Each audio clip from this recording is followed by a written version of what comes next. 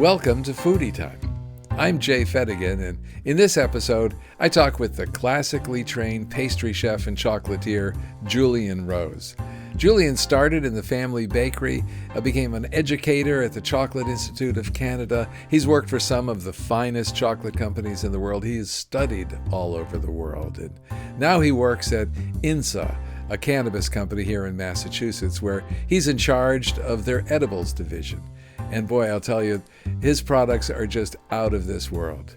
So enjoy. Julian, thank you so much for being part of Foodytime. And Yeah, my pleasure. I was wondering if you could start just by telling me a little bit about yourself, about your background. I understand you're a classically trained pastry chef, and if you could talk a little bit about that. Yeah, sure. And thanks for having me. It's so I've had a kind of a wide span of career, I guess. I started very young. My parents owned a bakery pastry shop, so it was kind of natural that it would evolve as a career, I think. Mm-hmm. So we were raised working and chipping in at the pastry shop all the time, Mm-hmm. ever since I was like five. And I'm originally from Quebec, so I'm Canadian. So that in Quebec, in Montreal, there's that very kind of parallel attachment to Europe. So it has this European feel, and it has, I would say, the food scene is exceptional, and you Mm-hmm. can get like the type of pastry and chocolates and meats and all these Epicurean foods.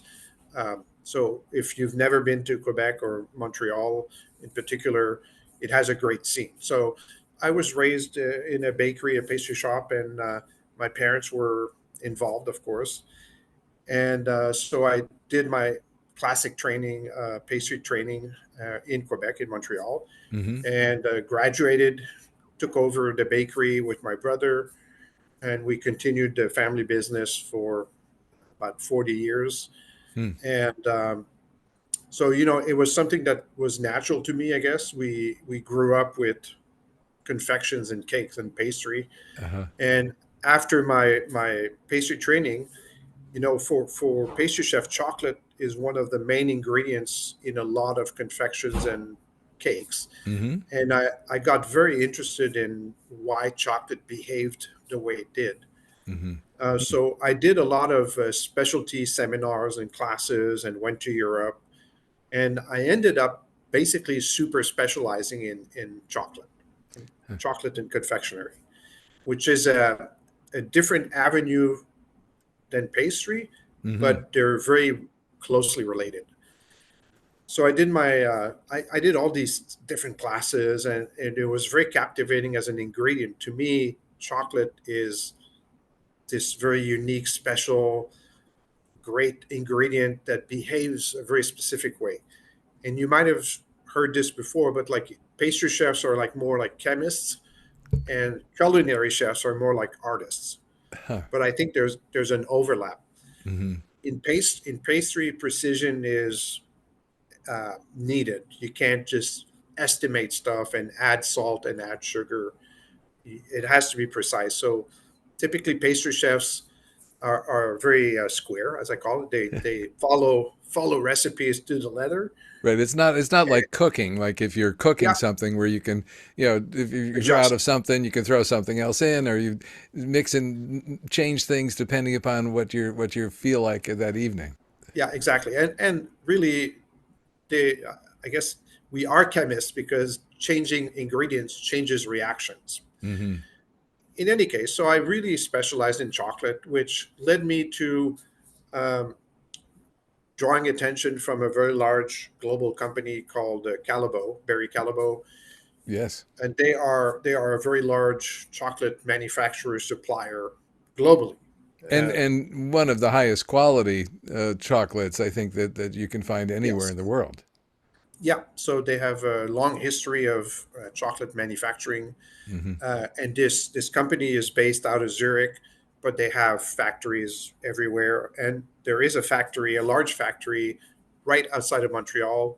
They had a training center as well. They had a chocolate academy, and throughout the world, there was only four academies: one in France, one in Belgium, one in Switzerland, and one in Montreal. Hmm. So there was four of these chocolate academies, and they had asked me to conduct some classes, some trainings for other chefs. Hmm. So I guess I had a reputation of what I did and how I approached chocolate, and I was doing confections in my bakery. And so I took on that role, and it became a full-time role. And Hmm. the job was technical advisor. And the technical advisor umbrella, under this umbrella, it was assisting chefs in bettering their knowledge, creating new recipes, troubleshooting, doing demonstrations, cooking classes, etc. But the role was very interesting because it was transmitting the secrets of chocolate and Hmm. how special it is and how it behaves, and the rules for success. Yeah. And it's something again that came quite naturally to me. I like to communicate the reasons of. That's what Hmm. captivates me. Hmm. The chemistry, the reaction, the physical reactions between cold and warm, and the temperatures are, as you might have heard before, people say you need to temper chocolate, but very few people actually master tempering.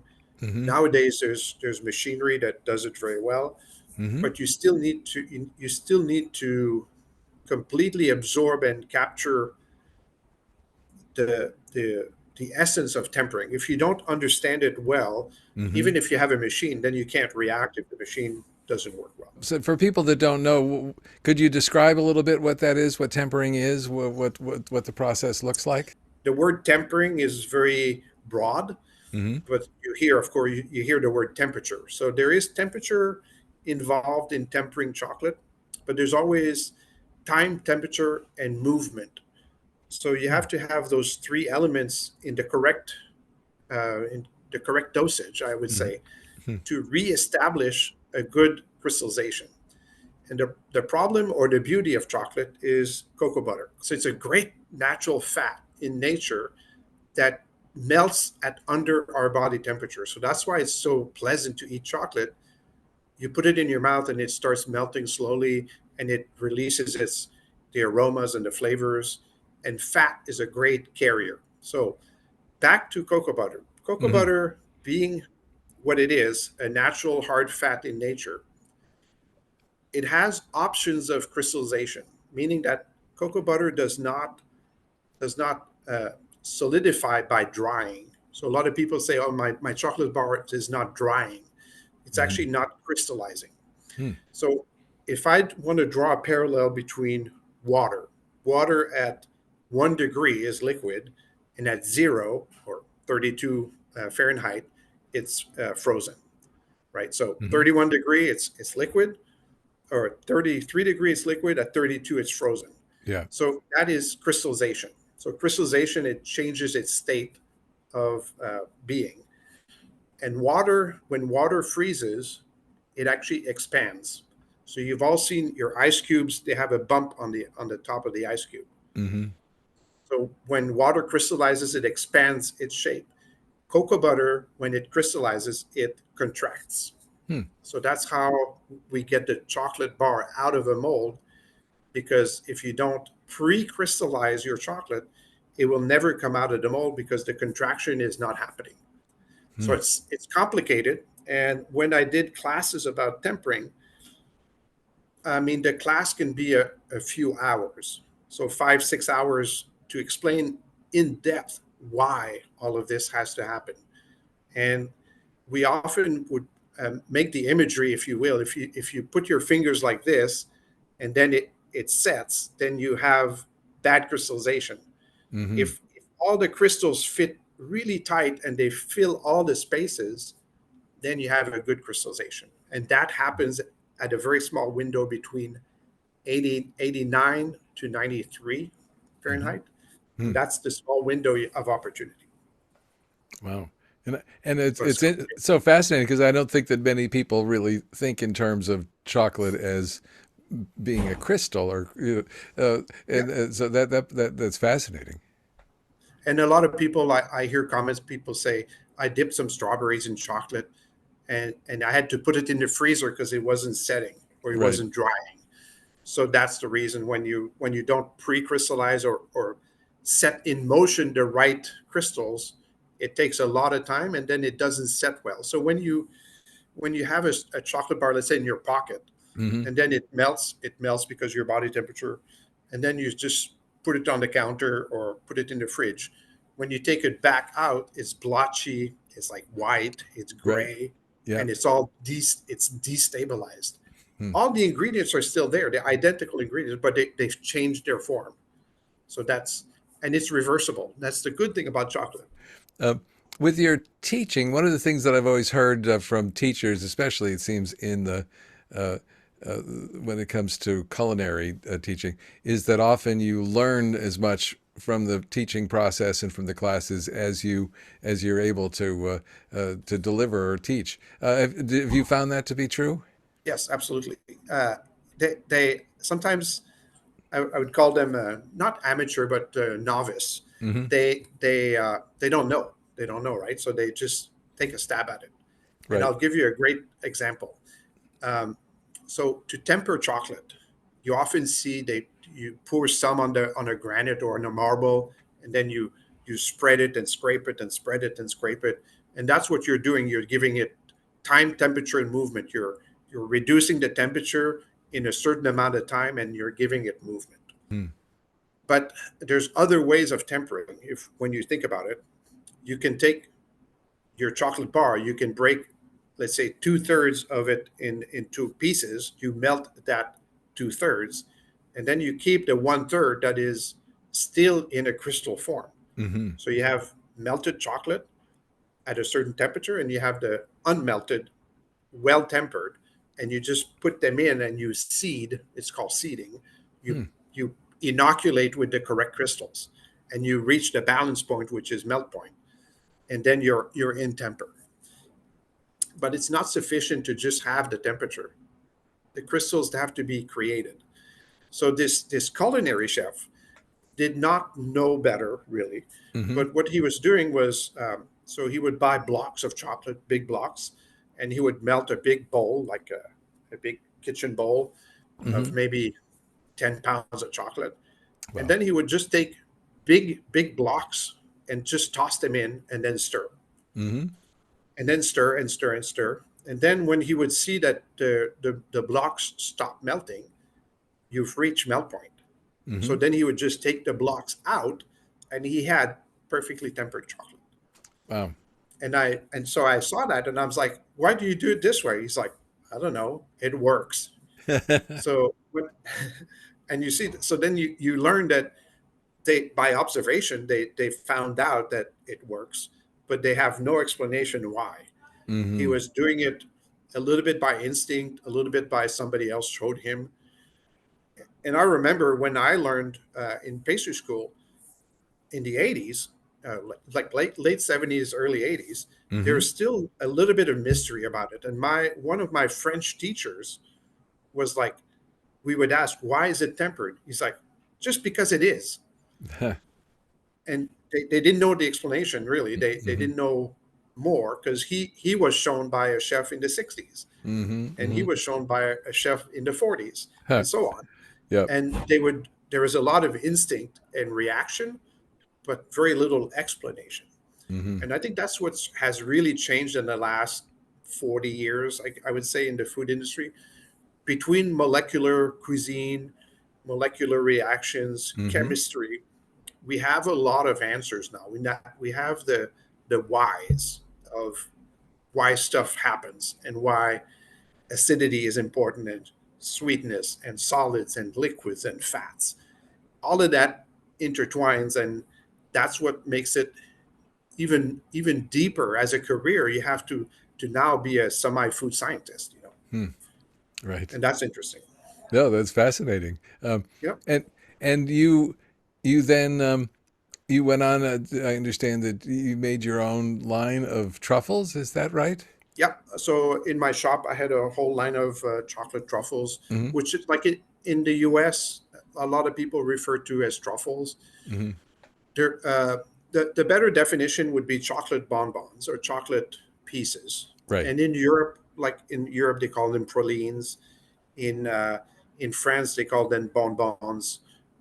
In, I guess in the US, we call them truffle because I think that's what Americans were exposed to the first. It was like this brown rolled in cocoa powder to Mm-hmm. imitate the mushroom, the truffle.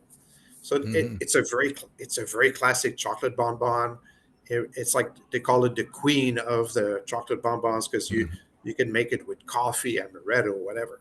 Mm-hmm. And it's this round truffle because it looks like a truffle. Right.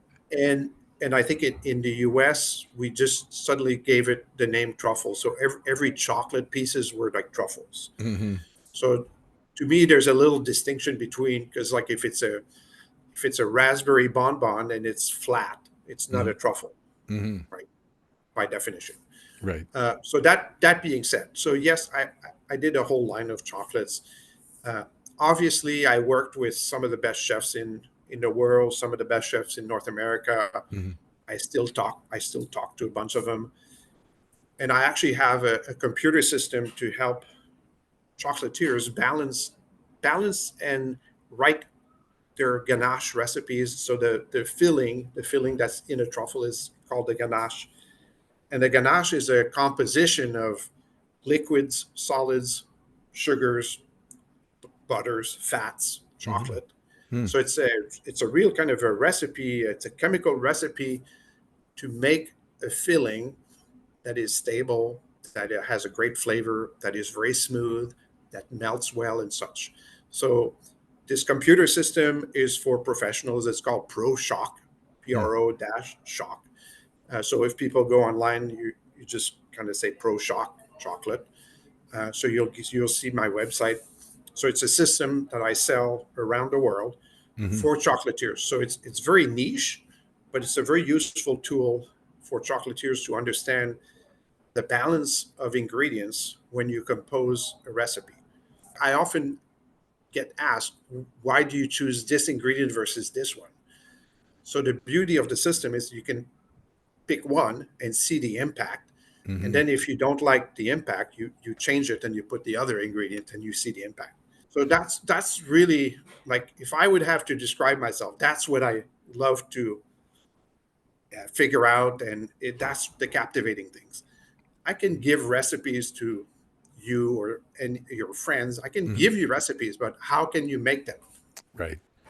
That's the fascinating part.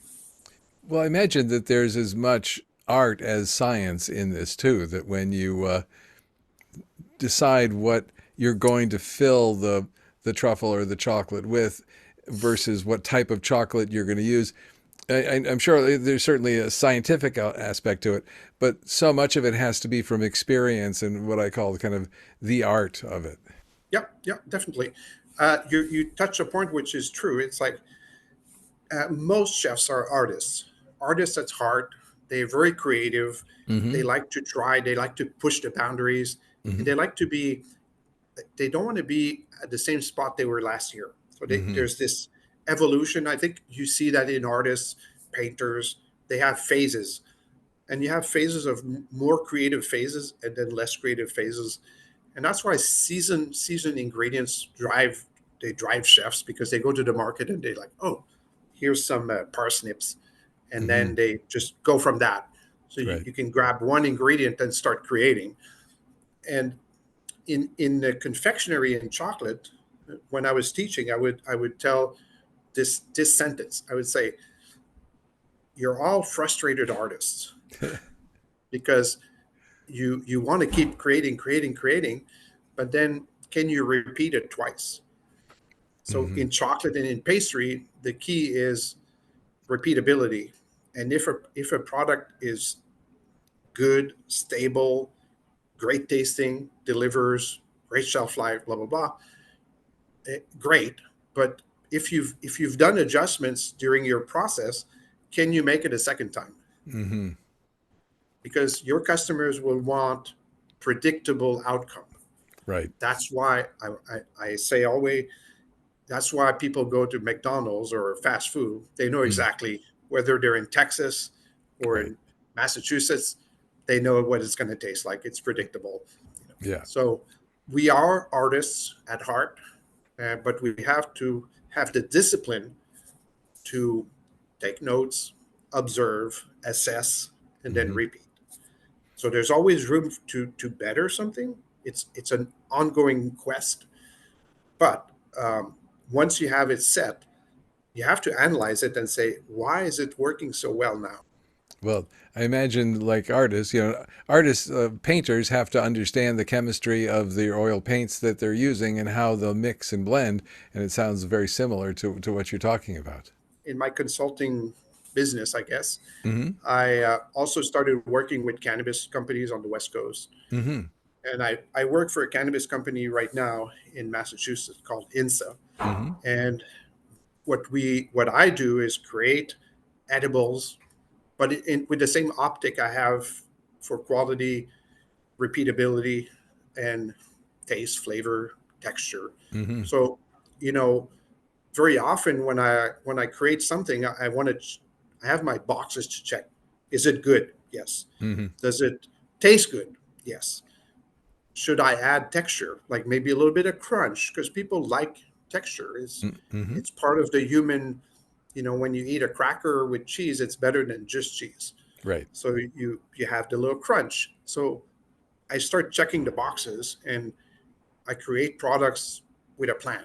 Hmm. And then I test a few versions, and then I kind of do a very unscientific taste test with a few candidates. Hmm. And then I see right away how people appreciate or don't appreciate. Hmm. So, you go through the process of creation, execution, and then does it make sense? Is it priced correctly? Hmm. All of that is nowadays, like, chefs have to be um, financial people, creative people, Hmm. production people. So you have Right. to do a little bit of everything. When you with infused products, is there a taste that's added by the ingredients that you're putting in with the to bring up the THC or other levels that you have to think about and balance? Yes, in some cases, yes, but that's where you tap into your memory of flavors and you Hmm. try to pair flavors that are going to pair well Hmm. or fight against the off flavor. Hmm. So we're kind of lucky because we do our own cultivation and extraction. Hmm. And when we extract the THC from the plant, we distill it. So Hmm. the distillate is a oleoresin. It's like a thick. I would compare it to a thick, almost honey, very Hmm. thick, and that is the extraction process and distillation. So you purify it and you remove a lot of the off flavors of the cannabis plant. Hmm. So the distillate per se is quite neutral. It has a little bit of grassy and hay Hmm. notes. Uh, but in most states, like in Massachusetts, it's 5 milligrams per piece. And to give your listeners an idea, that 5 milligrams is the tip of a ballpoint, a little smaller than that. Hmm. So imagine 5 milligrams, this tiny, tiny droplet of distillate in a very intense dark chocolate. It's almost, you cannot perceive it. Hmm. In gummy applications, also, there's other tricks that we can use. We have what's called bitter maskers and flavor maskers. Hmm. So they're actually a flavor that counter the bitter receptors on your tongue. Huh. So it's mixed into the gummy, and Hmm. when you eat it, it cancels. It's like noise canceling. It cancels the bitterness. So then you have the cherry or the strawberry flavor, and almost zero aftertaste. Do these flavors are they useful in terms of adding an element of flavor or Yeah, dimension? absolutely. If I put mint in a chocolate bar, Hmm. it's going to be minty, but it's going to cover or mask really well the cannabis because you're going to get the mint, Hmm. and I call it an herb. Hmm. The herb goes really well with this other herb, so the flavors are complementary. So putting uh, mint, which is very potent by itself, Hmm. putting coffee flavor is Hmm. going to be a great masker. Anything that's very intense is going to mask well.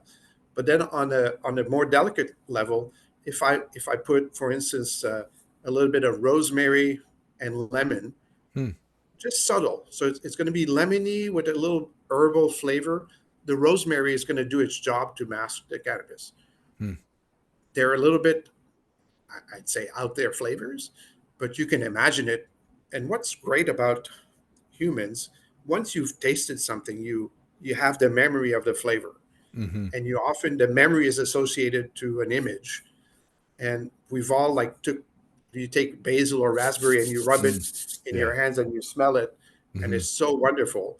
And then you can be walking in the street or near a garden, and you smell the rosemary, and you remind yourself of that moment when you rubbed your hands. Mm.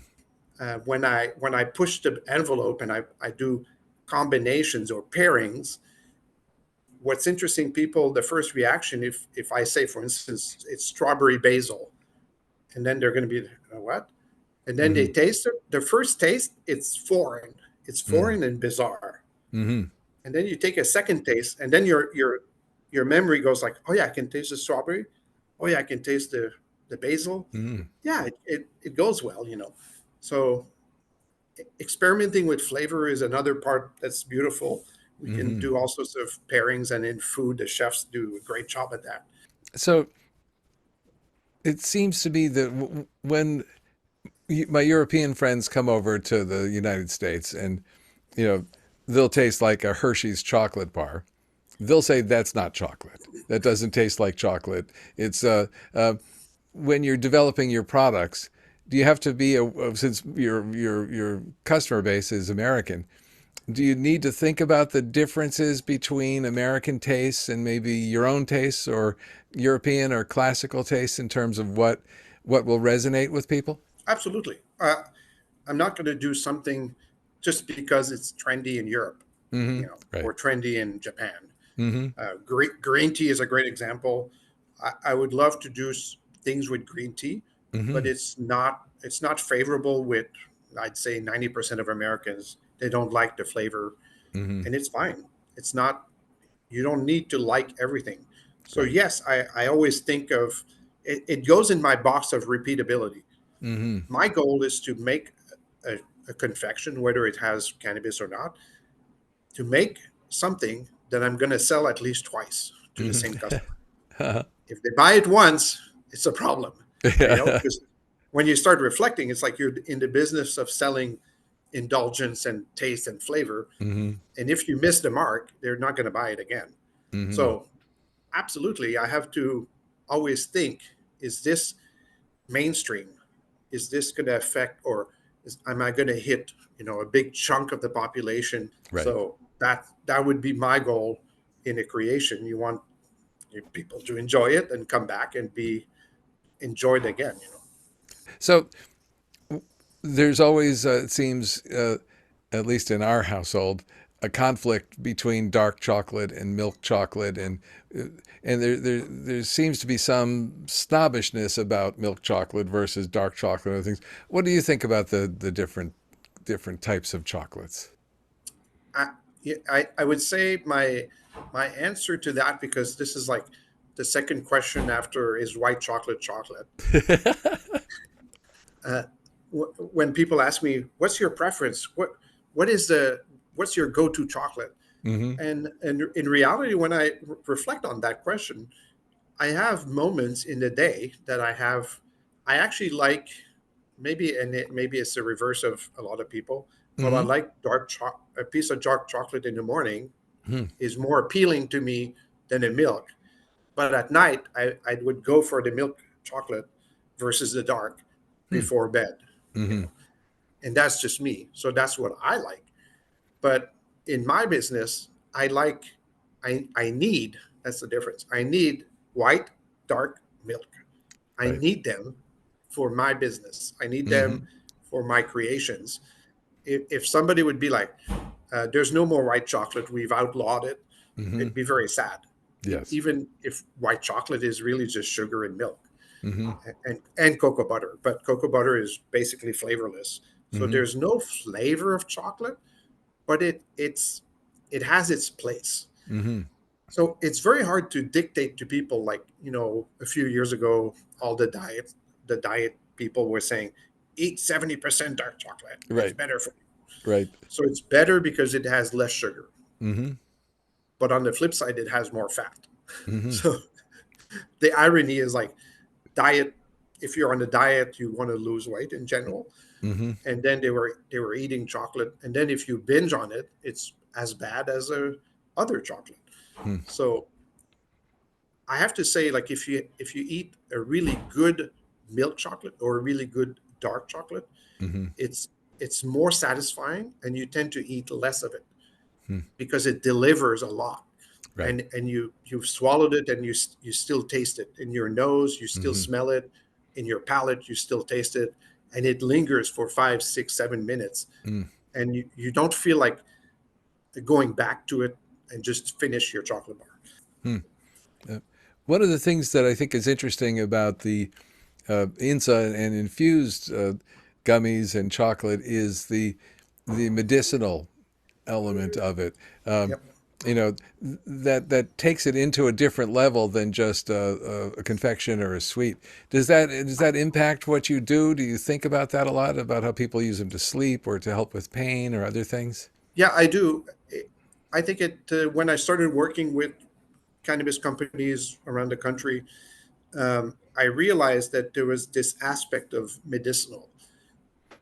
And I think, our motto is making your day better.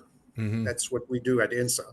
Yeah. And that carries with the message of, if it can bring relief, if it relieves pain, if it can help you sleep, and definitely it's a much more natural, uh, I guess, ingredient, or Mm-hmm. it's not big pharma. It's not like a bunch of chemicals, which is fine, because I mean medicine has brought us to life expectations of like 75, 80 years. Mm-hmm. So medicine is great, but it comes with side effects. Every time you see an ad, the list of side effects is impressive. Cannabis hurts nobody. It brings you relief. It Mm-hmm. brings you relaxation. So that's something that I actually kind of like I admire, that Mm-hmm. I can do. I can do excellent confections, and Mm-hmm. on top of that, it brings relief or something at a different level than just my regular chocolates. So Right. it has this added benefit. It's a Mm-hmm. benefit to the people that choose to have this benefit. So I think overall it's great. I think Yeah. Good. I smile when people say it brought me, my back pains are much less Mm-hmm. intense. So I'm like, Right. wow, amazing, because I gave you a piece of chocolate and it make you smile and you feel better. So That's can't beat that. and it seems from my experience with INSA, their the quality of their products overall, in my experience at least, tends to be higher than what I found in other dispensaries. And I imagine this also carries through with why they have someone like you doing the confections and the gummies and everything, because the quality of what Yeah, you. yeah.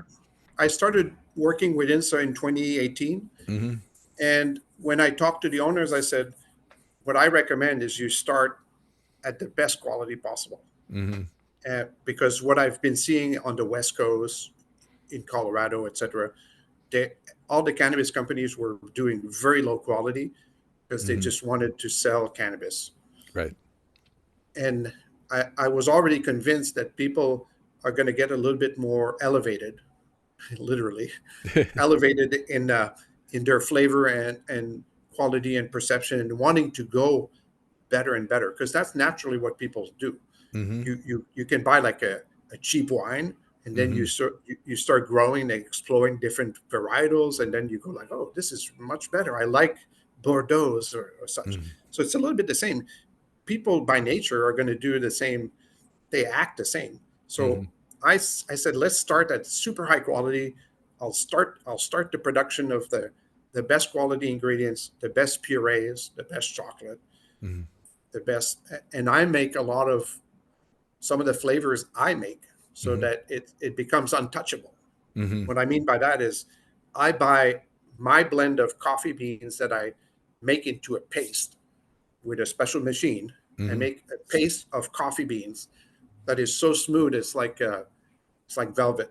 Mm. And then I use that coffee paste to make a coffee bar, coffee chocolate bar.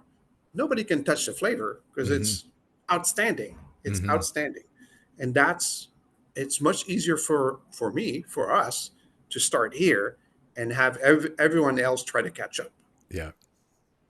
And if people taste one of our products, they're going to be like, "Wow, what a difference! What a Mm-hmm. the flavor! It's so much more." And as you said before, if you have something that's high quality, you don't have to eat as much. You don't have to consume as much because the quality is there. Uh, and I always think that with wine or food or anything else, it's so much easier to just say, The wow, I same. really enjoy that, but I don't have to eat the whole candy bar. I don't have to eat the whole Yep. anything because it really has satisfied my urge. Yep. It delivers. Yes. Yeah. Yep. When you create any of your products, you've got to always be thinking about the future because your turnaround time can't be immediate. There has to be time involved in developing. And what do you see coming up in the future? Yeah. Well, actually, I'm working on a salted caramel version Mm, of a peanut butter cup. So mm, we started making peanut butter smooches, we call them. mm-hmm. So it's like a small piece um, that is like four times better than a very popular cup. Yeah. Because we use like really good peanut butter, Mm-hmm. and then I work my magic, I guess, and we make a piece that really delivers. So it's like a small piece, 5 milligrams of Mm-hmm. THC, Mm-hmm. but it's so tasty. And Yeah. I added salt because the salt and peanut and sweet, and it's like this great mix. So the evolution of this piece, because it's very successful. Now I want to make a semi-liquid salted caramel. Mm, Salted caramel has been in trend for 15, 20 years now. mm-hmm. It's still a flavor that is near the vanilla, chocolate, and salt caramel and strawberry. They're all like competing from 1 to 5. Right. So the salt caramel, I'm working on it. It's going to be a really good piece, and it's like semi-liquid. So Mm, that's mm, texturally, it's very interesting because you have like the snap of the shell, and then the liquid, semi-liquid caramel oozing mm. in your mouth. So another piece that delivers. Wow. And then um, I'm trying right now to do interesting pairings and kind of like take a puff of your cannabis Mm-hmm. and then take a bite of this piece of chocolate or confection Mm-hmm. or salt caramel to enhance the experience even more. So there's background work that needs to happen to pair and match the right ingredients with the right flavor. Mm-hmm. And that's where it's not as simple because of course everybody has different taste buds, different perception Mm-hmm. of flavor. But it has to be quite clear and clear and defined. Mm-hmm. So I'm not going to go weird with the flavors. Right. It has to be recognizable. It has to be mainstream. Mm-hmm. So that I have kind of a vision of something like that in the next year. I'm going to work on that. Uh, and then seasonal products. Seasonal products are great because um, you can go a little edgy with seasonal products and see the reactions because it's limited offering. Mm-hmm. You offer it for 2 months for Easter or for summer. So Mm-hmm. I push the envelope a little bit with flavors. Like for summer, we're going to do um, we call it berry limonade. Hmm. So it's lime and berry. Mm-hmm. So it's like this tart flavor, but has a nice background of fruit. And Mm. then we're going to add acid sugar because people like that acidic punch. Mm-hmm. And then on the chocolate bar, we're going to do blackberry ice cream chocolate bar. Mm. So this is a very interesting one because I've blended white chocolate, raspberry, freeze dried raspberry powder, Mm-hmm. cocoa butter, some milk, and then I add um, blackberry and raspberry flavor Mm. so that the chocolate bar is like purple. It's like Mm. black purple almost. So it's a little shocking when you see it, but then when you taste it, it tastes exactly like a blackberry ice cream. Wow. So that's going to be kind of an experiment because the color is not off-putting, but it's not what you expect. You open the box and you were like, what? It's purple. But I really wanted to have the visual of the blackberry ice cream. So that's where, the white chocolate comes in as my go-to product, because I can't do that with a dark chocolate. Mm-hmm. And then the cocoa would oppose the raspberry flavor. They go well, but they clash a little bit. Where the white chocolate brings the creaminess that I want for the ice cream, and the raspberry blackberry flavors. So that's going to be fun. Like, it seems that you're trying to do things like the beer companies have been doing for a while with seasonal flavors and other things, other flavors that they're adding to beers. Yeah, and customer expect now, like you said, they expect the seasonal beers, and they have to come in and go away. Like, you don't want an Oktoberfest in April. Right. Well, this has been fascinating. Is there anything that we haven't covered that you'd like to talk about? Have I not asked you something that you'd like to share? No, I think, we've covered a lot. It's a lot for people to maybe digest, literally. Yeah. But if you have any other subjects in the future, I'm always open to talking about food. It's one of my passions. That's great. Food and sweets and all those good things.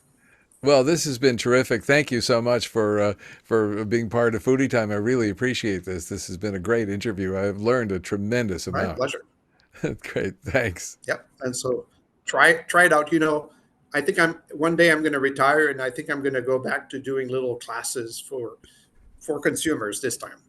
Oh, that would be great. It'd be fun to like have people explore deeper into flavors. I have a sort of a plan in my head, but who knows? Maybe it's going to happen. Well, there's always, enthusiasts always want to learn whatever the subject is that they're enthusiastic about, whether it's cars or wine or food or cooking or chocolate. Absolutely. It was a pleasure. Thank you very much. That was great. Thanks, Jake.